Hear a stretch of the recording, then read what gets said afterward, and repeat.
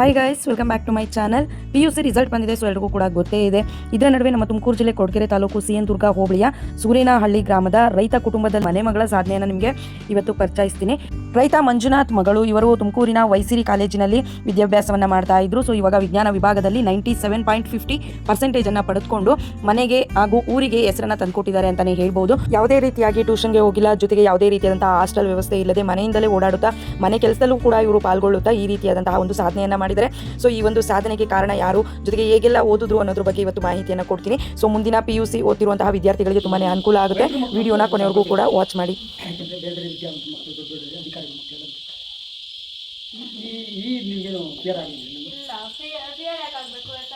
ರೈತರ ಮಕ್ಕಳು ಇವಾಗ ಎಲ್ಲರೂ ಹೇಳ್ತಾರೆ ರೈತರ ಮಕ್ಕಳು ಬೆಳಿಲೇಬೇಕು ಅಂತ. ನನ್ನನ್ನು ನಮ್ಮ ಅಪ್ಪರು ರೈತರ ಮಕ್ಕಳು ನೀನು ಕಡಿಮೆ ಓದಬೇಕು ಅಂದರೆ ಏನು ನೀನು ಅಷ್ಟೊಂದು ಫೆಸಿಲಿಟೀಸ್ ಇಲ್ಲ, ನಿಮಗೆ ಇಷ್ಟಲ್ಲೇ ಓದಬೇಕು ಅಂತ ಎಂದೂ ಹೇಳಿಲ್ಲ. ಯಾವ ಬಿಸ್ನೆಸ್ ಮ್ಯಾನ್ ಮಕ್ಕಳು ಅಷ್ಟು ಬುಕ್ಸ್ ತೊಗೊಂಡಿರಲ್ಲ ಅನ್ಕೊಂಡಿದ್ದಾರೆ, ಅಷ್ಟು ಬುಕ್ಸ್ ನನಗೆ ತಂದ್ಕೊಟ್ಟಿದ್ದಾರೆ ಅವರು. ನನಗೆ ಎಷ್ಟು ಓದಿಬೇಕಿತ್ತು ಅಷ್ಟು ಸಪೋರ್ಟ್ ಮಾಡಿದ್ದಾರೆ. ಅಪ್ಪನೇ ಆಯಿತು, ದೊಡ್ಡಪ್ಪನೇ ಆಯಿತು, ಚಿಕ್ಕಪ್ಪನೇ ಆಯಿತು. ನನ್ನ ಇನ್ಫ್ರಾಸ್ಟ್ರಕ್ಚರ್ ಏನು ಫೀಸಿಂಗ್ ಇತ್ತು ಪ್ರತಿಯೊಬ್ಬ 3 ಜನನೂ ಕಟ್ಟಿದ್ದಾರೆ, 3 ಜನನೂ ಓದಿಸಿದ್ದಾರೆ. ತುಂಬ ಸಪೋರ್ಟಿವ್ ಆಗಿದ್ದರು. ದೊಡ್ಡವ್ರ ಮಕ್ಕಳು ಮುಂದೆ ನಿಂತ್ಕೊಂಡಾಗ ಅವ್ರಿಗಿಂತ ಹೆಮ್ಮೆ ಪಡೋದು ನಾನು. ಯಾಕಂದರೆ ಅವ್ರು ಅಷ್ಟೊಂದು ಫೆಸಿಲಿಟೀಸ್ ಇರುತ್ತೆ, ಅವ್ರಿಗಂದ್ರೂ ಅಷ್ಟು ತೆಗಿಯೋಕ್ಕಾಗಿರಲ್ಲ. ನಮ್ಮ ಅಪ್ಪ ಇಷ್ಟು ಫೆಸಿಲಿಟೀಸ್ ಕೊಟ್ಟು ನಾನು ಇಷ್ಟು ತೆಗ್ದಿದ್ದೀನಲ್ವಾ, ನನಗೆ ಪ್ರೌಡ್ ಫೀಲ್ ಆಗುತ್ತೆ ಅದು ರೈತರು ಮಗನಿಗೆ ತೆಗ್ದಿದ್ದಾರೆ. ಆ್ಯಂಡ್ ಓವರಾಲ್ ನಿನ್ನೆ ಗೊತ್ತಾಯಿತು ತಗೊಂಡಿರೋದು IAS ನಲ್ಲಿ ಅಂತ. ಅವಾಗ ಇನ್ನೂ ತುಂಬ ಖುಷಿ ಆಯಿತು. ನನಗೆ IAS ಮೇಲೆ ಮಾಹಿತಿ ಇದು ರೈತರ ಮನೇಲಿ ಇದೆಯಾ, ರೈತರ ಮಗಳು ಎಲ್ಲ ರೈತ ಕುಟುಂಬದ ನೀನು ಹಿನ್ನೆಲೆ ಈ ಕೃಷಿ ಚಟುವಟಿಕೆಯಲ್ಲಿ ಏನಾರ ಭಾಗವಹಿಸಿದ್ದೆ? ಕಮ್ಮಿನೇ. ಮನೇಲಿ 13 ಜನ ಇರೋದ್ರಿಂದ ಎಲ್ಲ ಅವರೇ ಮಾಡ್ಕೊತಾ ಇರ್ತಾರೆ. ಏನು ಕೆಲಸನೂ ಹೇಳಿದ್ದಾರೆ ಬೇಜಾರಾದಾಗ ಓಡಾಡ್ಕೊಂಬರೋದು ಎಲ್ಲ ಮಾಡ್ತೀನಿ. ಇದು ಬಿಫೋರ್ ಆಫ್ಟರ್ ದಿ 10th ರಜೆ ಇತ್ತಲ್ಲ, ಅವಾಗ ಒಂದು ಸ್ವಲ್ಪ ಮಾಡಿದ್ದೀನಿ. ಅಡಿಕೆಕಾಯಿ ಎಲ್ಲ ಆಗಿದೆ. ಅಡಿಕೆಕಾಯಿ ಯಾವುದು ಸುಲಿಯೋದು ಅವೆಲ್ಲ ಏನು ಮಾಡಿಲ್ಲ? ಸುಳ್ಳು ಇದೀನಿ ಒಂದು ಸ್ವಲ್ಪ ಅಷ್ಟೇ, ಅಷ್ಟೊಂದು ಒಟ್ಟಿನಲ್ಲಿ ಇನ್ವಾಲ್ವ್ ಆಗಿದೆ. ಇಲ್ಲಿ 7 ಕಾಲಿಗೆ ವ್ಯಾನ್ ಬರೋದು, ವ್ಯಾನಲ್ಲಿ ಅಲ್ಲಿ ನಡ್ಕೊಂಡು ಇಲ್ಲ, ಇಲ್ಲೇ ವ್ಯಾನ್ ಗೇಟ್ ಮಳೆಗಾಲದಲ್ಲಿ ಅವೆಲ್ಲ ಮಳೆಗೆ ಬರುತ್ತೆ. ಮಳೆ ಬಂದಾಗ ಒಂದಿಷ್ಟು ಅಡ್ಜಸ್ಟ್ ಮಾಡ್ಕೊಂಡು ಓದೋರಿಗೆ ಏನು ಬಂದರೂ ಏನು ಅಡ್ಡ ಏನಾಗಲ್ಲ. ನಾನು ಹೋಗ್ಬೇಕು ಅಂದ್ಕೊಂಡ್ರೆ ಹೋಗ್ತೀವಿ ನಾವು ಕಾಲೇಜಿಗೆ. ತಪ್ಪಿಸ್ಕೋಬೇಕು ಅಂದ್ರೆ ಅಡ್ಡ ಬರುತ್ತೆ. ಹೋಗಿ ಏನು ಸಂಜೆ ವಾಪಸ್ ಸಂಜೆ 5:15 ಮನೆಗೆ ರಿಟರ್ನ್ ಬಂದಿದ್ದೀವಿ. ಬಂದ್ಬಿಟ್ಟು ಏನು ಮಾಡಿದೆ? 6 ಗಂಟೆ 6:30ವರೆಗೂ ಓಡಾಡ್ಕೊಂಡು ಇದ್ದೀವಿ. ಆಮೇಲೆ 6:30ಯಿಂದ 9:00ವರೆಗೂ ಇಲ್ಲೇ ರವೀಂದ್ರ ಆಕ್ಸ್ಫರ್ಡ್ ಸ್ಕೂಲ್ ದಾವಣಗೆರೆಯಲ್ಲೇ ಸುಭಾನ್ ಸರ್ ಸ್ಕೂಲಲ್ಲಿ ಅವರು ತುಂಬ ಚೆನ್ನಾಗಿ ಒಳ್ಳೆ ಫೌಂಡೇಶನ್ ಕೊಟ್ಟಿದ್ರು. Next 4th to 10th Ravindra Bharati high school ಕೊರಟಗೆರೆಯಲ್ಲಿ ಅವರು ತುಂಬ ಚೆನ್ನಾಗಿ ಹೇಳ್ಕೊಟ್ಟಿದ್ರು. ರಿಸಲ್ಟ್ ಅಷ್ಟೊಂದು ಬಂದಿರಲಿಲ್ಲ 10th 85% ಏನೋ ಬಂದಿತ್ತು. ಸೊ ಅವರು ತುಂಬ ಚೆನ್ನಾಗಿ ಹೇಳ್ಕೊಟ್ಟಿದ್ರು. ಬೇಸ್ಮೆಂಟ್ ಸರಿ ಇರಲ್ಲ, ನಾವು ಮೇಲ್ಗಡೆ ಮನೆ ಕಟ್ಟಕ್ಕೆ ಸರಿ ಹೋಗೋದು, ಇವ್ರುಗಳೆಲ್ಲ ಹೇಳ್ಕೊಟ್ಟಿದ್ದು. ನಾನು ಅಲ್ಲಿ ಹೋದಾಗ ನನ್ನ ಕಾಲೇಜಲ್ಲಿ ನನಗೆ ಒಂದು ಫಸ್ಟಿಂದನೂ ಒಂದು ಪ್ಲೇಸ್ಮೆಂಟ್ ಅನ್ನೋದಿತ್ತು, ಮಮತಾ ಟಾಪರ್ ಆಗಿದ್ದು ಅಂತ. ನೀನು ಟ್ಯೂಷನ್ಗೆ ಹೋಗಿಲ್ವಮ್ಮ ಈ ಸೆಕೆಂಡ್ ಪಿ? 10th ಹೋಗಿದ್ದೆ ಟ್ಯೂಷನಿಗೆ. ಓಡಾಡೋದು ಸ್ಟ್ರೆಸ್ ಜಾಸ್ತಿ ಆಗ್ತಾ ಸೊ ಅದಕ್ಕೆ ಫಸ್ಟ್ ಇಯರ್ ಸೆಕೆಂಡ್ ಇಯರ್ ನಾನೇ ಡಿಸೈಡ್ ಮಾಡಿದೆ, ನಾನೇ ಓದ್ತೀನಿ ಅಂತ. ಸೊ ಅದಕ್ಕಾಗಿ ಯಾವ ಟ್ಯೂಷನ್ಗೂ ಹೋಗಿಲ್ಲ. ಕಾಲೇಜಲ್ಲಿ ಏನು ಮಾಡ್ತಾಯಿದ್ರು ಅದನ್ನು ಓದಿ ಬಂದು ನಾನೇ ಓದ್ಕೊಂತ ಅಂದರೆ ಏನಾಯ್ತು ಇನ್ನೊಂದು ಏನಾಯ್ತು? ಓಡಾಡೋದು ಜಾಸ್ತಿ ಆಯಿತು. ಬೆಳಿಗ್ಗೆ ಸಂಜೆ ಓಡಾಡುವಾಗ ನಮಗೆ ರಿಸ್ಕ್ ಆಗ್ತಾ ಹೋಯ್ತು, ಓದೋಕ್ಕಾಗ್ತಾ ಇರಲಿಲ್ಲ, ತಲೆನೋವು ಎಲ್ಲ ಮಾಡೋದು ಏನಾಯಿತು. ಅದಕ್ಕೋಸ್ಕರ ಸೆಕೆಂಡ್ ಪಿ ಟ್ಯೂಷನ್ಗೆ ಹೋಗ್ತೀವಿ. ಮನೇಲೆ ನಾನೇ ಸ್ವಲ್ಪ ಸ್ಟಡಿ ಮಾಡಿಕೊಂಡೆ. ಕಾಲೇಜಲ್ಲಿ ಏನು ಬೇಕಿದ್ರು ಅವರು ಸಹ ಮಾಡ್ತಾಯಿದ್ರು. ನಮಗೆ ಯಾವ್ಯಾವ ಬುಕ್ಸ್ ಬೇಕಿದ್ರು ಎಲ್ಲ ತಂದುಕೊಡ್ತಾಯಿದ್ರು. ಪೇರೆಂಟ್ಸ್ ಕಡೆಯಿಂದ ಸಪೋರ್ಟ್ ಅದೇ ಇತ್ತು. ಸೊ ಅದಕ್ಕಾಗಿ ನಾನೇ ಓದ್ಕೊಂಡು ಇವಾಗ ಜಾಸ್ತಿ ನಿದ್ದೆಗೆಟ್ಟು ಓದ್ತಿದ್ದ ಅಥವಾ ನಾರ್ಮಲ್ ಆಗಿ ಕಾಮನ್ ಆಗಿ ಓದ್ತಿದ್ದ? ಇಲ್ಲ, ಅದು ನಿದ್ದೆಗೆಟ್ಟೆಲ್ಲ ಏನು ಓದ್ತಾ ಇರಲಿಲ್ಲ. ಎಷ್ಟು ಆಗ್ತಿತ್ತು ಅಷ್ಟೇ ಓದ್ತಾ ಇದ್ದಿದ್ದು. ಇವನು ಮನೆಗೆ ಬಂದು ಕಮ್ಮಿನೇ ಓದಿದ್ದು, ಕಾಲೇಜಲ್ಲೇ ಕಾನ್ಸಂಟ್ರೇಷನ್ ಇಟ್ಟು ಕೇಳಿದ್ದು.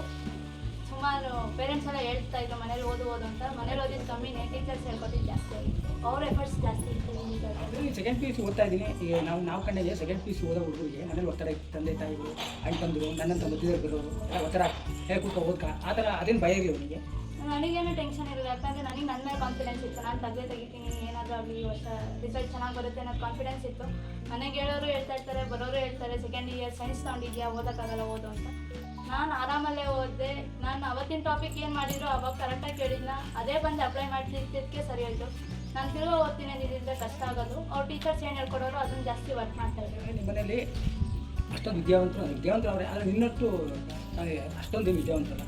ಇಂಥ ಪರಿಸ್ಥಿತಿ ಅದಲ್ಲದೆ ನೀನು ಟ್ಯೂಷನ್ಗೆ ಹೋಗಿಲ್ಲ, ತಗೊಂಡ್ಕೆ ನೀನು ಡೈಲಿ ನಿಮ್ಮ ಮನೆಯಿಂದ ಓಡಾಡಿದ್ಯಾ, ಇಲ್ಲಿಂದ ಓಡಿಯಲ್ಲ, ಎಲ್ಲಿ ಓದಿತ್ತು ಅದು ಏನು ಓದಿ, ಇಷ್ಟೆಲ್ಲ ಇದ್ರೂ ನಿಮಗೆ ನಂಬಿಕೆ ಇತ್ತು, ಗ್ಯಾರಂಟಿ ಈ 98 ಬರುತ್ತೆ ಅನ್ಕೊಂಡಿದ್ದೆ.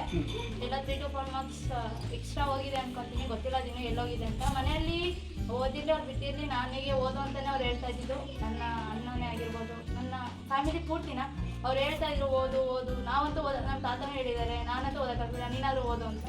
ಸೊ ಅವ್ರುಗಳ ಆಸೆ ಪ್ರಕಾರ ತೆಗೆದಿದ್ದೀನಿ ಮಾರ್ಕ್ಸ್ ಅನ್ಕೊತೀನಿ. ಪ್ರಿನ್ಸಿಪಲ್ ತುಂಬ ಸಪೋರ್ಟ್ ಮಾಡಿದ್ದಾರೆ. ಪುನಃ ಮ್ಯಾಮ್ ಆ್ಯಸ್ ಎ ಫ್ರೆಂಡ್ ಆಗಿ, ಆ್ಯಸ್ ಎ ಟೀಚರ್ ಆಗಿ ತುಂಬ ಹೆಲ್ಪ್ ಮಾಡಿದ್ದಾರೆ. ಪ್ರತಿಯೊಂದು ಟೆಸ್ಟ್ ಮಾರ್ಕ್ಸ್ನ ಅವರೇ ಸ್ವತಃ ಬಂದು ನಾನು ಪೇಪರ್ ಇಟ್ಕೊಂಡು ಕರೆಕ್ಷನ್ ಮಾಡಿ, ಇಲ್ಲಿ ತಪ್ಪು ಮಾಡಿದ್ಯಾ ನೋಡು ಅಂತ ಬೈದಿದ್ದಾರೆ, ಬುದ್ಧಿ ಹೇಳಿದ್ದಾರೆ. ಈ ರಿಸಲ್ಟ್ಗೆ ಅವ್ರು ಮೇಯ್ನ್ ಇದಾಗ್ತಾರೆ. ಮತ್ತು ಟೆಸ್ಟ್ಗಳು ಕಾಲೇಜಲ್ಲಿ ಕಂಡಕ್ಟ್ ಮಾಡ್ತಿದ್ದು, ಪ್ರತಿಯೊಂದು ಟೆಸ್ಟು ತುಂಬ ಹೆಲ್ಪ್ ಆಗಿದೆ. ಅವತ್ತಿನ ದಿನವೇ ಕರೆಕ್ಷನ್ ಮಾಡಿ ನಮ್ಮ ಮಿಸ್ಟೇಕ್ನ ರೆಟಿಫೈ ಮಾಡ್ಕೊತಾ ಇರೋರು. ಸೊ ಲೆಕ್ಚರರ್ಸ್ಗಳು ತುಂಬ ಎಫರ್ಟ್ ಹಾಕಿ ವರ್ಕ್ ಮಾಡ್ತಾ ಇದ್ದಾರೆ ಅಂತ. ಜಾಯಿಂಟ್ ಫ್ಯಾಮಿಲಿಲಿ ಇಟ್ಕೊಂಡು 97.5 ಮಾರ್ಕ್ಸ್ ತೆಗ್ದಿದೆಯಲ್ಲ, ಇವಾಗ ನೆಕ್ಸ್ಟ್ ಬ್ಯಾಚ್ ಬರುವಂಥ PUC ಮಕ್ಕಳಿಗೆ ಏನಾದರೂ ಒಂದು ಟಿಪ್ಸ್ ಕೊಡೋದು? ಎಲ್ಲರೂ ಹೇಳ್ತಾರೆ ಸೈನ್ಸ್ ಕಷ್ಟ, ಹಳ್ಳಿ ಹುಡುಗರಿಗೆ ಇನ್ನೂ ಕಷ್ಟ ಆಗುತ್ತೆ ಸೈನ್ಸ್ ಇಲ್ಲಿಂದ ಓದೋರಿಗೆ ಅಂತ. ಅಂದರೆ ಒಳ್ಳೆ ಕಾಲೇಜ್ನ ಸೆಲೆಕ್ಟ್ ಮಾಡಿದಾಗ ಒಳ್ಳೆ ರಿಸಲ್ಟ್ ಅಭ್ಯಾಸ ಬರುತ್ತೆ ಅಂತಲೇ ಹೇಳ್ತೀನಿ. ನಾನು ಸೆಲೆಕ್ಟ್ ಮಾಡಿರೋ ವೈಶ್ರೀ PU ಕಾಲೇಜ್ ಬೆಸ್ಟ್ ಕಾಲೇಜ್ ಅಂತಲೇ ಹೇಳ್ತೀನಿ. ಯಾಕಂದರೆ ನನಗೆ ಬೇಕಾಗಿರೋ ಬುಕ್ಸ್ ಹೊರಗಡೆಯಿಂದನೇ ತರಿಸ್ಕೊಟ್ಟಿದ್ದಾರೆ, ಅವ್ರ ಕೈಲಿ ಆದಷ್ಟು ಸಪೋರ್ಟ್ ಮಾಡಿದ್ದಾರೆ. ನಮ್ಮ ಕಡೆಯಿಂದನೇ ಎಫರ್ಟ್ ಹಾಕಬೇಕು.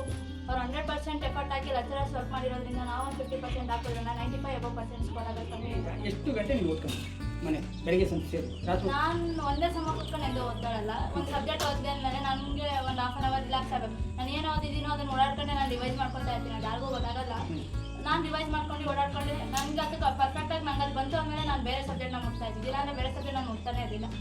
ಕಾಲೇಜವರು ಟೆಸ್ಟ್ಗಳು ಹೇಳಿದಾಗ ವರ್ಕ್ ಮಾಡಿದ್ದೀನಿ. 1 to 3 hours ಕೂತ್ಕೊಂಡೆ ಈ ಸಬ್ಜೆಕ್ಟಿಗೆ ಕೊಟ್ಟು ವರ್ಕ್ ಮಾಡಿದ್ದೀನಿ ಅಷ್ಟೇ. ಜಾಸ್ತಿ ಏನು ನಿದ್ದೆಗೆ ಓದೋದು, ಬೆಳಗಿನ ಜಾವ ಎದ್ದೋದೋದು ಏನು ಮಾಡಿದ್ದೀನಿ. ಬೆಳಿಗ್ಗೆ ಓದ್ತಾ ಇದ್ದೆ. ನಿದ್ದೆಗಣ್ಣಲ್ಲಿ ಹೇಳ್ದಂಗೆ ಫಸ್ಟ್ ಟೈಮ್ ಓದ್ತಿದ್ದವಳು ಲಾಸ್ಟ್ ಟೈಮಿಗೆ ಬಂದಿರಿ, ಯಾವಾಗ ಬಂದಿರಿ ಅಂತಲೇ ಗೊತ್ತಾಗ್ತಿದ್ದಿಲ್ಲ. ದೊಡ್ಡಪ್ಪ ಹೇಳೋರು ರಾತ್ರಿ ಏನೋ ಬೆಳಗಿನ ಜಾವ ಇದ್ದೇನು ಓದ್ಬೇಡ, ರಾತ್ರಿ ಹೊತ್ತೆ ಕೂತ್ಕೊಂಡು ಓದು, 12 ಗಂಟೆ ಆದರೂ ಪರವಾಗಿಲ್ಲ ಅಂತ. ಆವಾಗ 11 ಗಂಟೆವರೆಗೂ ಓದಿದ್ದು ಪ್ರಾರಂಭದಲ್ಲಿ. ಆಮೇಲೆ ಎಕ್ಸಾಮ್ ಹತ್ರ ಬಂದಂಗೆ ಎಕ್ಸಾಮ್ ಹತ್ರಕ್ಕೆ ಬಂದಂಗೆ ಕಾಲೇಜಲ್ಲೇ ಸಪ್ರೇಟ್ ಅಂದರೆ ಟಾಪರ್ಸ್ ಬ್ಯಾಚ್ ಅಂತ ಮಾಡಿ, ಅಪೆಕ್ಸ್ ಬ್ಯಾಚ್ ಅಂತ ಮಾಡಿ ಸಪ್ರೇಟಾಗಿ ನಮಗೆ ಮನೇಲಿ ಹೆಂಗೆ ಫೆಸಿಲಿಟೀಸ್ ಇರುತ್ತೋ ಆ ರೀತಿ ಕುಂಡ್ರಿಸಿ ನಿಮಗೆ ಹೆಂಗೆ ಈಸಿ ಆಗುತ್ತೋ ಹಂಗೆ ಓದ್ಕೊಳ್ರಿ ಅಂತ ಬಿಟ್ಟಿದ್ರು. ಅವರು ಟೀಚರ್ಸೇ ನಮ್ಮ ಹತ್ರ ಬಂದು ಏನೋ ಡೌಟ್ಸ್ ಆಯ್ತಾ ಏನು ಅಂತ ಎಲ್ಲ ಹೇಳ್ಕೊಡ್ತಾಯಿದ್ರು. ನಮ್ಮ ಜೊತೆನೇ ಕೂತ್ಕೊಂಡು ವರ್ಕ್ ಮಾಡಿದ್ದಾರೆ. ಅವರು ಗೊತ್ತಾಗ್ದಿರೋದು ತಿಳ್ಕೊಂಬಂದು ಹೇಳಿದ್ದಾರೆ ಟೀಚರ್ಸನ್ನು.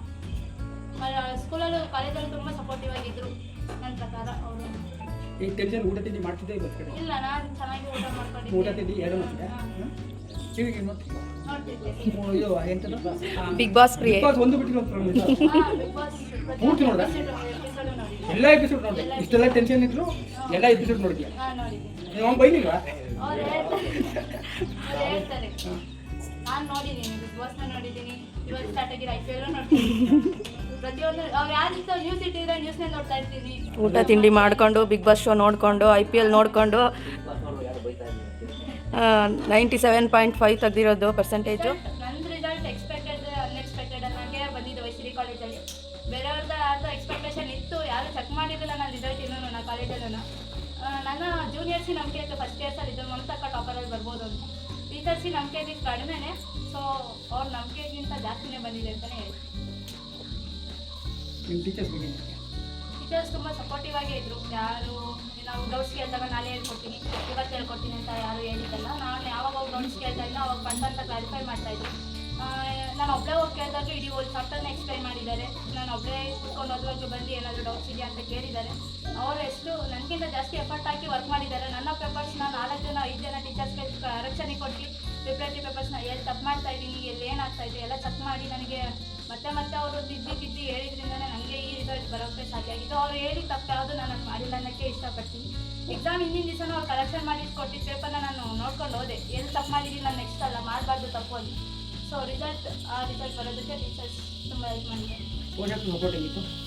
ಪೋಷಕರು ಯಾವಾಗಲೂ ಹೇಳೋರು ಓದ್ತಾ ಅಂತ.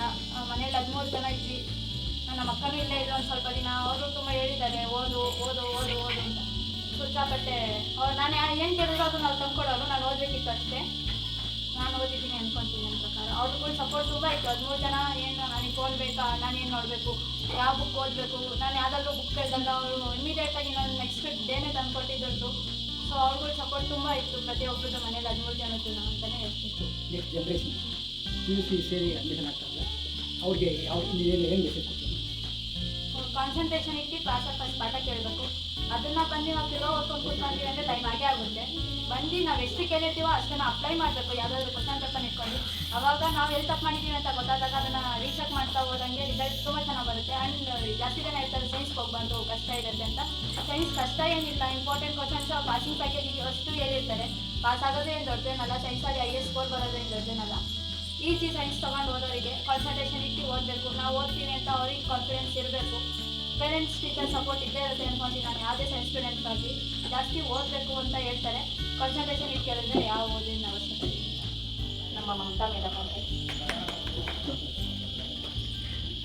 ನಮ್ಮ ಮನೆ ಮಗಳ ಸಾಧನೆಯಿಂದ ನಿಮ್ಮೆಲ್ರಿಗೂ ಕೂಡ ಇನ್ಫಾರ್ಮೇಷನ್ ಸಿಕ್ಕಿದೆ ಅಂತ ಅಂದ್ಕೊಳ್ತೀನಿ. ಸೊ ಈ ಒಂದು ವಿಡಿಯೋ ಇಷ್ಟ ಆಗಿದ್ರೆ ಲೈಕ್ ಮಾಡೋದು ಮರಿಬೇಡಿ. Thank you for watching. Follow for more. Bye bye.